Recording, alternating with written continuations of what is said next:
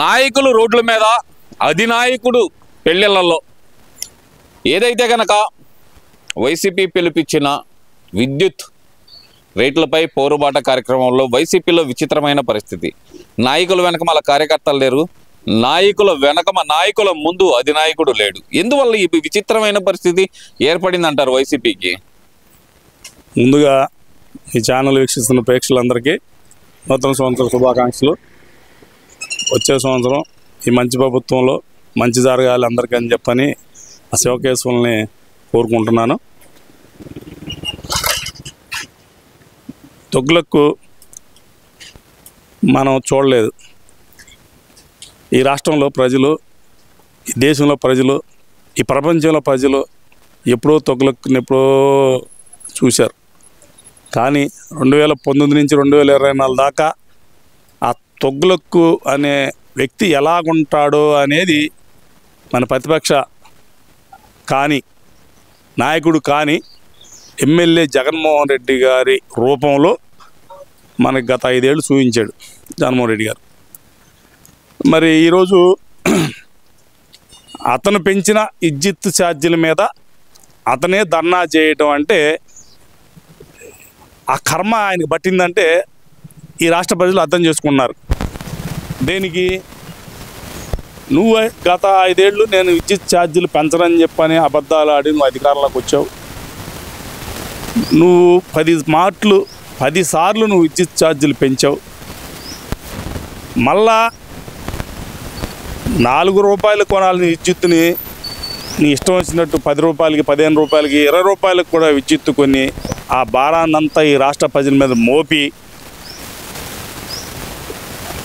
మొత్తం కూడా 12,000 కోట్లు అప్పులేని విద్యుత్ శాఖని, విద్యుత్ సంస్థల్ని 1,30,000 కోట్ల అప్పుల్లోకి నెట్టేసిన దుర్మార్గమైన పరిపాలించిన నాయకుడు ఈ జగన్మోహన్ రెడ్డి.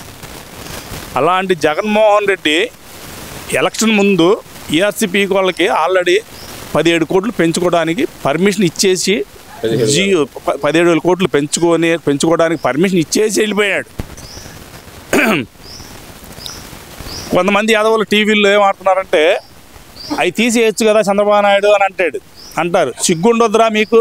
మీరు చదువుకొని మూర్ఖులు అనుకోవాలా? ఒక తడవ పర్మిషన్ ఇచ్చి ఎలక్షన్ కోసం ఆపిన దాన్ని ఎలా తీసుకుంటుంది ఈ ప్రభుత్వం? తీసుకోవడానికి వీలు ఆడుంది, మీకు తెలీదా? మరి దాని ప్రకారం వాళ్ళు పెంచుకున్నారు. మళ్ళీ చంద్రబాబు నాయుడు గారు కారాఖండిగా చెప్పాడు, ఈ డబ్బులు కాకుండానే 1,30,000 కోట్లు అప్పు చేసినా మేము ఇంకా అవకాశం ఇవ్వము, పెంచం అని చెప్పని. మరి చేతగాని దద్దమ్మ పరిపాలించిన నాయకుడు జగన్మోహన్ రెడ్డి ఈరోజు ముసలి కన్నీరు గాస్తా విద్యుత్ ఛార్జీల మీద ధర్నాలకు పిలిపించి, నువ్వు ఇంట్లో దాక్కున్న పిల్లివి, నువ్వు ఎందుకు రాలా బయటికి?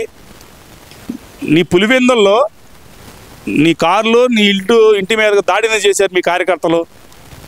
దాడి కాదు అది. ఇక్కడ ప్రధానంగా చూసుకుంటే జన తాకిడి ఎక్కువయ్యి ఒత్తిడితో జరిగిన పగుళ్ళు అయ్యి అంటున్నారు కదా. వాళ్ళు ఏదేం చెబుతారు? ఇప్పుడు చంద్రబాబు నాయుడు గారి మీద రాజధానిలో వాళ్ళ ముఠా చేత, రౌడీల చేత రాళ్ళు రప్పలు వేయించి, ఒక డీజీపీ చేత, డిఐజీ చేత, అది చంద్రబాబు నాయుడు పరిపాలన నచ్చనోళ్ళు ఈరోజు ఒక మాజీ ముఖ్యమంత్రి గారి మీద, ప్రతిపక్ష నాయకుడి మీద బాబు వెంకట సెక్స్ అని చెప్పని వాళ్ళు రాళ్ళు వేశారు, అయ్యేశారని చెప్పించిన ఎదవ ప్రభుత్వం జగన్మోహన్ రెడ్డి ప్రభుత్వం.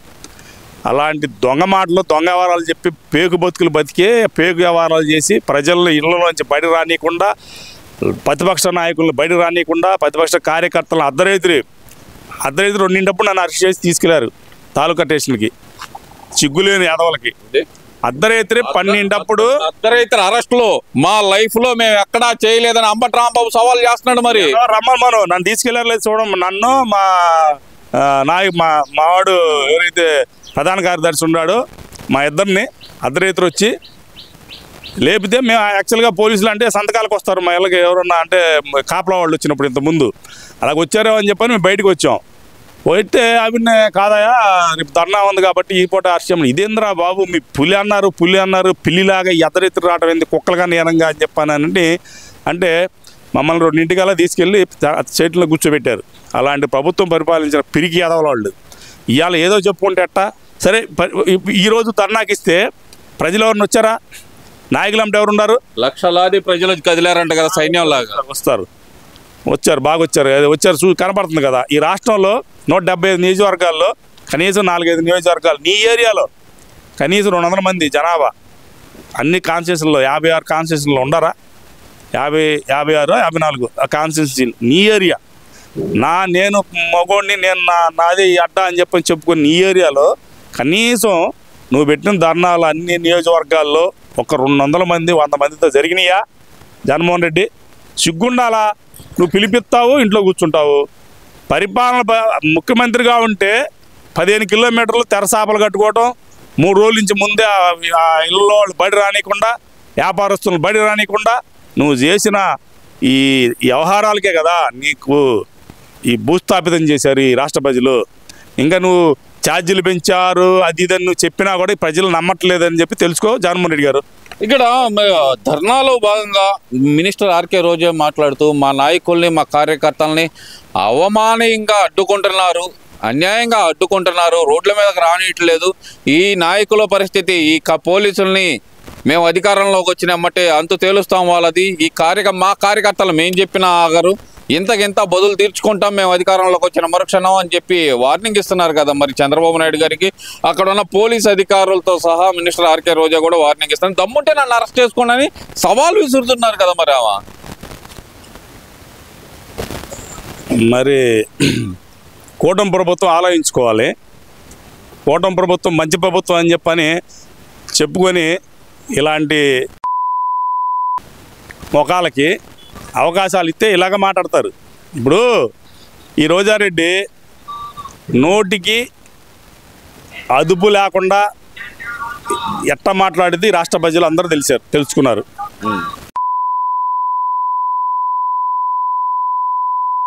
ఇంక అంతకన్నా ఏమవుతాయి మాటలు?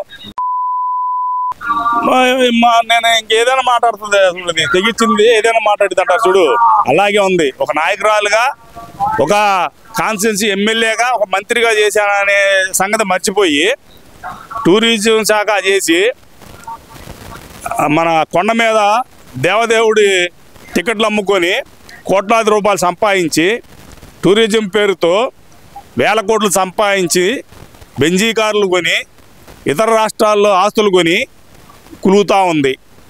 దేనికి? మరి ఇలాంటి మాటలు మాట్లాడడానికి అవకాశం ఇస్తుంది కదా చంద్రబాబు నాయుడు గారి ప్రభుత్వం. చంద్రబాబు నాయుడు గారు ఎందుకు మంచితనంతో పోతున్నాడు, ఆ మాట మనం అంటాం కాదు. లెగిస్తే చంద్రబాబు నాయుడు కుటుంబాన్ని, పవన్ కళ్యాణ్ గారి కుటుంబాన్ని అమ్మ బూతులు తిట్టిన తొర్రిపొల్లు నానియే మీడియా సమావేశంగా చంద్రబాబు నాయుడిని పొగిడాడంటే ఇప్పుడు చంద్రబాబు నాయుడు గారిని మనం ఏమనాలా? ఆడవాళ్ళని అరెస్ట్ చేయొద్దంటే మీ భార్య ఆడదు కదా. మా రామారావు గారు మా దేవుడు కూతురు నీకు ఇచ్చారు కాబట్టే నువ్వు మా తెలుగుదేశం పార్టీకి నువ్వు నాయకుడైనా సరే మీ వెనక మేము నడిచాం. మళ్ళీ అలాంటి మా దేవుడు కూతుర్ని పట్టుకొని ఎవడో చచ్చిపోయినా ఎదవతో పెట్టి వాళ్ళు మాట్లాడిన మాటలకి మాకు రక్తం ఉడికిపోదా?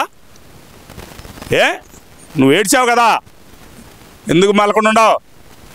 దొంగతనం చేసి డబ్బులు కడితే వదిలిపెడతావా? ఈ రాష్ట్రంలో ఇళ్లలో దొంగతనాలు చేసి మేము డబ్బులు కడతాంలే అని చెప్పంటే ఈ పోలీస్ వ్యవస్థ వదిలిపెడతా? ఎందుకు మెలకుండా ఉండాలని చెప్పని ఈ కూటమి ప్రభుత్వాన్ని నేను గట్టిగా నిలదీస్తూ ఉన్నాను ఒక పార్టీ నాయకుడిగా. అది పవన్ కళ్యాణ్ గారైనా సరే, లోకేష్ గారైనా సరే కంపల్సరీగా దీని మీద యాక్షన్ తీసుకోవాల్సిందే. మీరు గనక ఎవరైతే సోషల్ మీడియాలో పంచి ప్రభాకర్ గారు,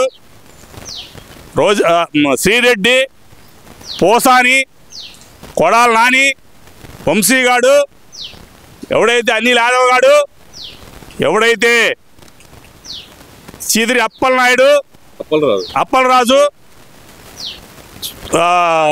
జూపూడి ప్రభాకరు, తర్వాత మన కాకినాడ మాజీ ఎమ్మెల్యే దూరంపూడి చంద్రశేఖర్ రెడ్డి గారిని, ఇంకా చాలామంది యదవులు ఉన్నారు. అవినాష్ అనే యదవని, ఎవరైతే నానిని, తొరిబొల్ నానిని మీ ఇంటి మీదకి వచ్చి మీ దొమ్మి చేసిన నాయకుడు ఎవరైతే ఉన్నారో అతన్ని కూడా ఆ రోజు అతను వాళ్ళంబడి తిరిగినందుకు మన మంత్రుల దగ్గర, ఎవరైతే ఎమ్మెల్యేల దగ్గర మీరు ఎవరిని అడిగారో అలాంటి యదవని ఎందుకు వదిలిపెట్టారు? అతను ఇంటి మీదకి వచ్చి దొమ్మి చేసి అమ్మ బూతులు తిట్టాడు కదా మీడియా సమావేశంగా. ఒక ముఖ్యమంత్రి జగన్మోహన్ రెడ్డి గారి పక్కన మైక్ తీసుకొని నిన్ను తిట్టాడు, లోకేష్ గారిని తిట్టాడు, ఇంకా పవన్ కళ్యాణ్ గారు తిట్టాడు.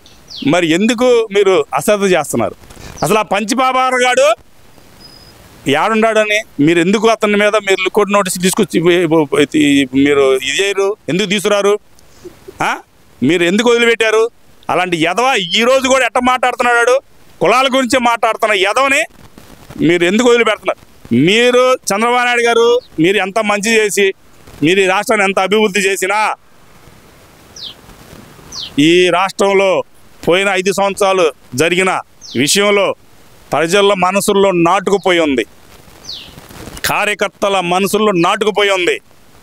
మీరు కంపల్సరీగా దెబ్బకు దెబ్బ ఒక 25 మంది ఉన్నారు. ఈ పేర్లన్నీ మీ అందరూ తెలుసు. ఈ 25 మందిని అరెస్ట్ చేసి వాళ్ళకి మనం వాళ్ళ ఎదవల మళ్ళీ అర్ధరేతులు అరెస్ట్ చేయటమో లేకపోతే ఇల్లు పగలగొడతామో తీసుకెళ్ళి కోటింగ్లు ఇవ్వటం చేయమంటలా.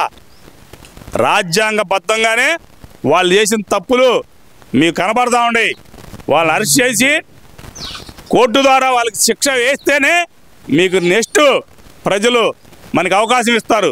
లేదంటే మాత్రం మనం ఎంత అభివృద్ధి చేసినా ఇది వాళ్ళ మనసులోంచి ఇప్పుడు బాటలు 6 నెలలైనా ఇది తెలుసుకోవాలని చెప్పి కూటమి ప్రభుత్వాన్ని కోరుకుంటా ఉండి రోజారెడ్డిని కూడా హెచ్చరిస్తూ ఉండా. నీ నోటి అదుపులో పెట్టుకో రోజారెడ్డి.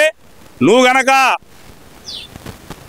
కొన్ని ఏరియాల్లో ఎక్కడికైనా వచ్చి కనబడితే నిన్ను ఎంపడబడి కొడతారు మహిళా సోదరిమణులు. నువ్వు బాగా గుర్తుపెట్టుకో. నువ్వు నోరు అదుపులో పెట్టుకుంటే నువ్వు మంచిగా ఉండిద్దని చెప్పని రోజారెడ్డిని హెచ్చరిస్తూ ఉన్నావు.